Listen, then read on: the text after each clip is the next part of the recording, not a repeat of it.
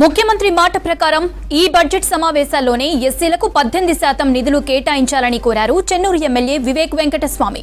మంచిర్యాలలో CM ఎన్నికల ప్రచార సభలో వివేక్ మాట్లాడారు. నేతకాని కార్పొరేషన్, లిడ్ క్యాప్ కార్పొరేషన్ ఏర్పాటు చేయాలని కోరారు వివేక్. ఉద్యోగాలు రావడము, కొత్త డిఎస్సిలో 10,000 ఉద్యోగాలు వచ్చినప్పటికీ కూడా మళ్ళొక డిఎస్సి పిలిపించి ఇంకా ఎక్కువ ఉద్యోగాలు భర్తీ చేస్తామని చెప్పి వారు మాట ఇవ్వడం జరిగింది. ప్రత్యేకంగా మన మంచిర్యాల డిస్ట్రిక్ట్ కి ఒక పవర్ ప్లాంట్, మన సింగరేణి పవర్ ప్లాంట్ ని 850 మెగావాట్స్ తోని ఇంకొక ఎక్స్పాన్షన్ చేసిన తర్వాత అక్కడ కూడా 5,000 ఉద్యోగాలు కల్పించడం జరుగుతుంది. ఇవన్నీ కూడా మన మంచిర్యాల డిస్ట్రిక్ట్ గ్రాడ్యుయేట్స్ కి ఉపయోగపడుతుంది.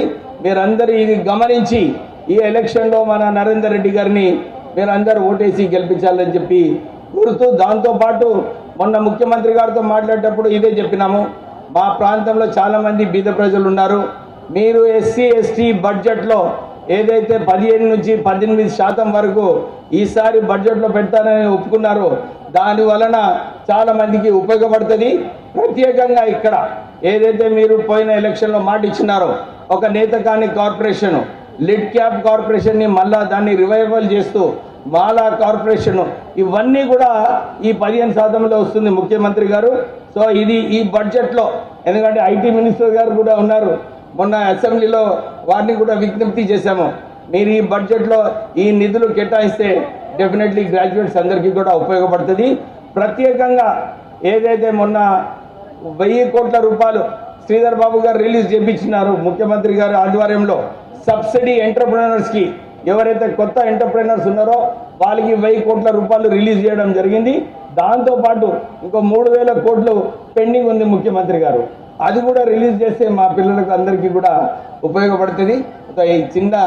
ఈ బడ్జెట్లో ఇవన్నీ నిధులు కూడా కేటాయించాలని చెప్పి మళ్ళీ ఒక మంచి అవకాశం మన గ్రాడ్యుయేట్స్కి మీ ద్వారా కలుగుతుంది. ఇది గ్రాడ్యుయేట్స్ ఎమ్మెల్సీ ఎలక్షన్. దీంట్లో ముఖ్యమంత్రి రేవంత్ రెడ్డి గారు మన ఎలక్షన్ లో చెప్పినారు 2 లక్షల ఉద్యోగాలు కల్పిస్తామని చెప్పి మాట ఇవ్వడం జరిగింది. దాని ప్రకారంగా ఇప్పటి వరకు 54,000 ఉద్యోగాలు మన యువతకు అందరికీ కూడా కల్పించడం జరిగింది. గ్రాడ్యుయేట్స్ కి అందరికీ కూడా ఇది ఒక మంచి అవకాశం. ముఖ్యమంత్రి రేవంత్ రెడ్డి గారు ఏదైతే మాట ఇచ్చారో అవుట్ సోర్సింగ్ ని దాన్ని పర్మనెంట్ చేయడము, కొత్త ఉద్యోగాలు రావడము, కొత్త డిఎస్సి, మొన్న డిఎస్సిలో 10,000 ఉద్యోగాలు వచ్చినప్పటికీ కూడా మళ్ళొక డిఎస్సి పిలిపించి ఇంకా ఎక్కువ ఉద్యోగాలు భర్తీ చేస్తామని చెప్పి వారు మాట ఇవ్వడం జరిగింది.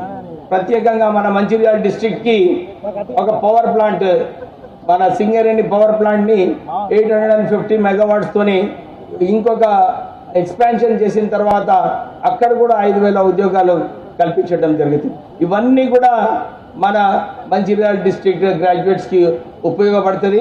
మీరందరూ ఇది గమనించి ఈ ఎలక్షన్ లో మన నరేందర్ రెడ్డి గారిని మీరందరూ ఓటేసి గెలిపించాలని చెప్పి కోరుతూ, దాంతో పాటు మొన్న ముఖ్యమంత్రి గారితో మాట్లాడేటప్పుడు ఇదే చెప్పినాము.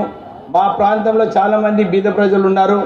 మీరు ఎస్సీ ఎస్టీ బడ్జెట్లో ఏదైతే 15 నుంచి 18% వరకు ఈసారి బడ్జెట్లో పెడతానని ఒప్పుకున్నారో దాని వలన చాలా మందికి ఉపయోగపడుతుంది. ప్రత్యేకంగా ఇక్కడ ఏదైతే మీరు పోయిన ఎలక్షన్లో మాట ఇచ్చినారో ఒక నేతకాని కార్పొరేషన్, లిడ్ క్యాప్ కార్పొరేషన్ ని మళ్ళా దాన్ని రివైవల్ చేస్తూ మాలా కార్పొరేషన్, ఇవన్నీ కూడా ఈ 15%లో వస్తుంది ముఖ్యమంత్రి గారు. సో ఇది ఈ బడ్జెట్లో, ఎందుకంటే ఐటీ మినిస్టర్ గారు కూడా ఉన్నారు, మొన్న అసెంబ్లీలో వారిని కూడా విజ్ఞప్తి చేశాము. మీరు ఈ బడ్జెట్లో ఈ నిధులు కేటాయిస్తే డెఫినెట్లీ గ్రాడ్యుయేట్స్ అందరికీ కూడా ఉపయోగపడుతుంది. ప్రత్యేకంగా ఏదైతే మొన్న 1000 కోట్ల రూపాయలు శ్రీధర్ బాబు గారు రిలీజ్ చేయించినారు ముఖ్యమంత్రి గారి ఆధ్వర్యంలో, సబ్సిడీ ఎంటర్ప్రెనర్స్కి, ఎవరైతే కొత్త ఎంటర్ప్రెనర్స్ ఉన్నారో వాళ్ళకి 1000 కోట్ల రూపాయలు రిలీజ్ చేయడం జరిగింది. దాంతోపాటు ఇంకో 3,000 కోట్లు పెండింగ్ ఉంది ముఖ్యమంత్రి గారు, అది కూడా రిలీజ్ చేస్తే మా పిల్లలకు అందరికీ కూడా ఉపయోగపడుతుంది.